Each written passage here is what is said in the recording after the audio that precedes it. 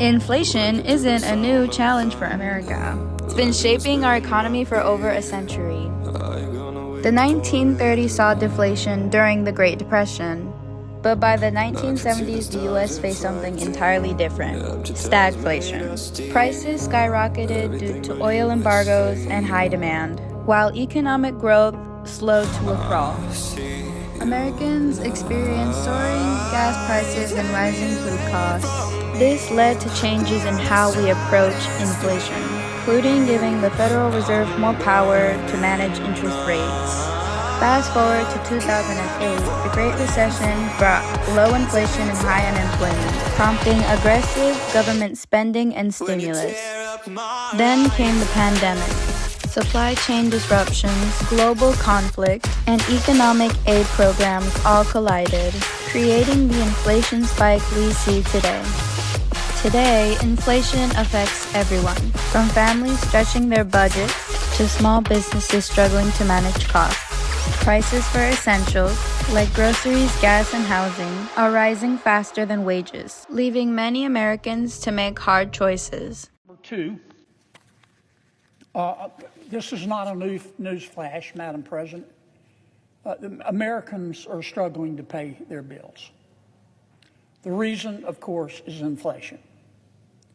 The inflation that the American people, and let me strike that. I don't want to call it inflation. Let me call it what it is, the high prices. Those high prices they were made in Washington, and they are a cancer on the American dream. And as a result of the high prices, people are struggling to pay their bills. I was looking at a report this week, Madam President, and I know you feel this in your state. People are having to borrow money to pay their bills, and they're having to borrow money on their credit cards. And I don't need to tell you that the interest on credit cards has gone up dramatically as a result of inflation. For the average household, rising costs of living impacts savings, reduces spending power, and puts financial goals out of reach.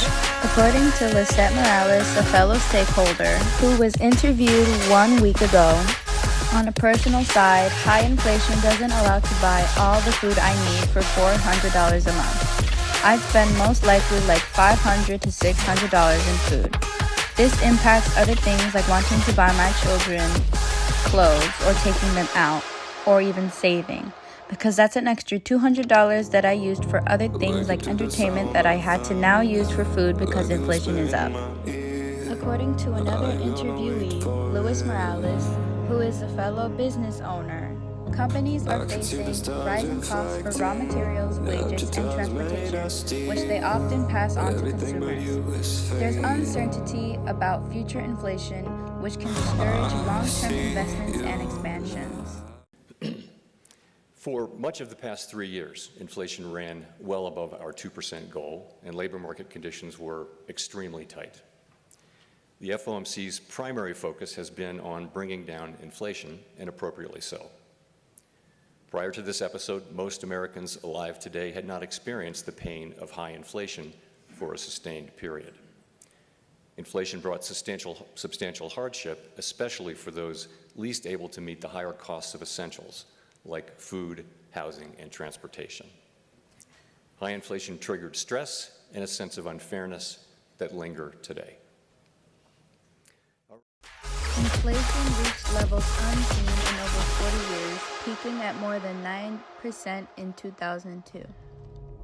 While it has slowed slightly, millions of Americans are still feeling the pressure. So, what can be done to stabilize the economy and prevent inflation from spiraling further?